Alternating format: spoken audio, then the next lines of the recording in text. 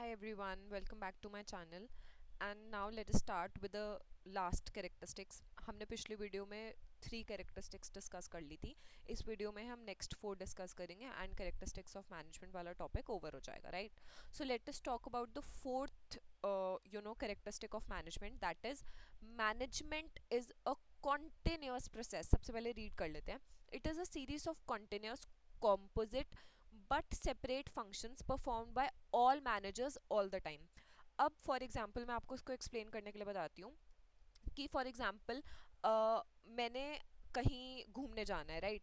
And मैंने उसके लिए प्लानिंग कर ली कि मेरे को यूएसए घूमने जाना है, उसमें मेरे को फ्लाइट्स की टिकट बुक करानी है. मैंने सिर्फ इतना प्लान कर लिया.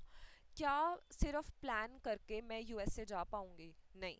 मुझे उसके लिए बाकी के टास्क्स भी कवर करने पड़ेंगे कि मेरे को कैसे कैसे जाना है, कौन मेरे साथ जाएगा, वहाँ पे जाके मेरे को कैसे घूमना है, क्या करना है. सो इन द सेम वे, मैंने पर्सनल एग्जांपल इसलिए दिया सो दैट आप रिलेट कर पाएँ. In the same way management ऐसा नहीं है कि आपने बस प्लानिंग करी और ख़त्म हो गया. No, management is a continuous process. अगर आपने प्लानिंग कर ली तो आप ये नहीं रुक सकते हो, आपको नेक्स्ट स्टेप करना पड़ेगा. That is you have to organise, then you have to do staffing, directing, controlling everything.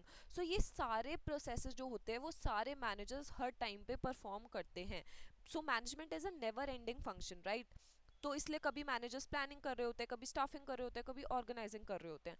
So managers perform ongoing series of functions continuously in the organisation. That is why it is said that management is a continuous process. I hope the very first point is clear to you. Now next, management is a group activity. अब आपको कोई management की basic definition में ही आता है that management is not something जो एक individual कर ले आप उसको मैनेजमेंट कर लोगे. No, management means the contribution of everybody. तो आप उसको as a group activity like management of individual efforts to combinedly group efforts बनाते हैं. And then finally the achievement of organisational goals through the group goals, right? So अब एक organisation में हम अलग अलग डिपार्टमेंट्स होते हैं, कोई परचेज, कोई सेल, कोई मार्केटिंग, कोई कुछ. सो ऐसा नहीं है ना कि एक सेल्स डिपार्टमेंट ही अलग से पूरी ऑर्गेनाइजेशन चला सकता है या फिर एक मार्केटिंग डिपार्टमेंट ही अलग से पूरी ऑर्गेनाइजेशन चला सकता है. No, we have to combine the efforts of all the जैसे मैंने आपको एग्जांपल दिया, हर एक डिपार्टमेंट का हमें क्या कहते हैं लाइक एफर्ट्स को कंट्रीब्यूट करना पड़ेगा, कंबाइन करना पड़ेगा, तभी ऑर्गेनाइजेशन का गोल अचीव कर पाएगा. सो management always refers to a group of people who are involved in the managerial activities. Each individual has to perform his or her own functions, own responsibilities in the organization, तभी एक कोई भी managerial function है वो execute हो पाता है. So even the result of management affects every individual and every department of the organisation. So it always refers to a group effort and never a individual effort. I hope the second point is also clear to you. Now let's move forward to the third point, that is management is a dynamic function. Now first of all I explained you in my video also, जिसमें मैंने आपको short में बताया था कि dynamic का मतलब होता है अपने आप को चेंजिंग एनवायरनमेंट के हिसाब से अडेप्ट करना. So it has to adapt itself to its changing external environment which consists of various social, economic and political factors. Now एक environment, जो भी एक business environment होता है, हम आगे जाके पढ़ेंगे, उसमें there are a lot of factors which can affect your business. For example, government ने कोई policy change कर दी, किसी के ऊपर tax ज़्यादा लगा दिया, एंड कोई स्ट्राइक्स आपके लेबर्स ने शुरू कर दी. So environment always keeps on changing. The biggest example is जब 2020 में कोविड आ गया था तो कितने बिजनेसेस में कितने चेंजेस आए थे. सो कभी भी कोई भी बिजनेस एनवायरनमेंट है वो स्टैटिक नहीं रह सकता, it always keeps on changing.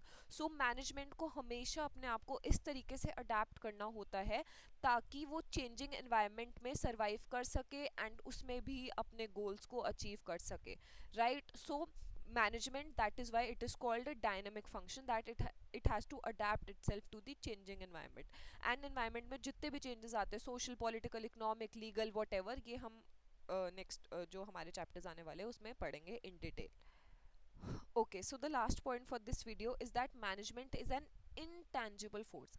अब सबसे पहले intangible का मतलब होता है something which you cannot touch, you cannot see, right? So management कोई ऐसी चीज़ नहीं है जिसको आप टच कर सको या फिर आप उसको देख सको, no.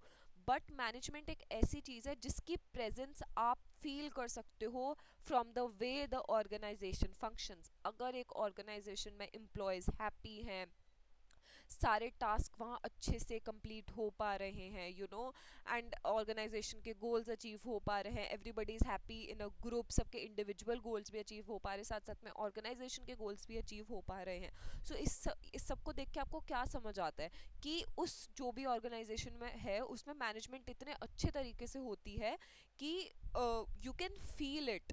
So management is something which is intangible, that is it cannot be seen, लेकिन अगर अच्छी मैनेजमेंट होगी तो वो आपको ऑर्गेनाइजेशन में दिखेगा।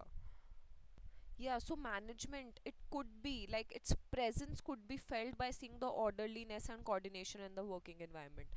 अगर आपका working environment अच्छा होगा, वहाँ everything is proper, तो आपको management वहाँ feel हो जाएगी।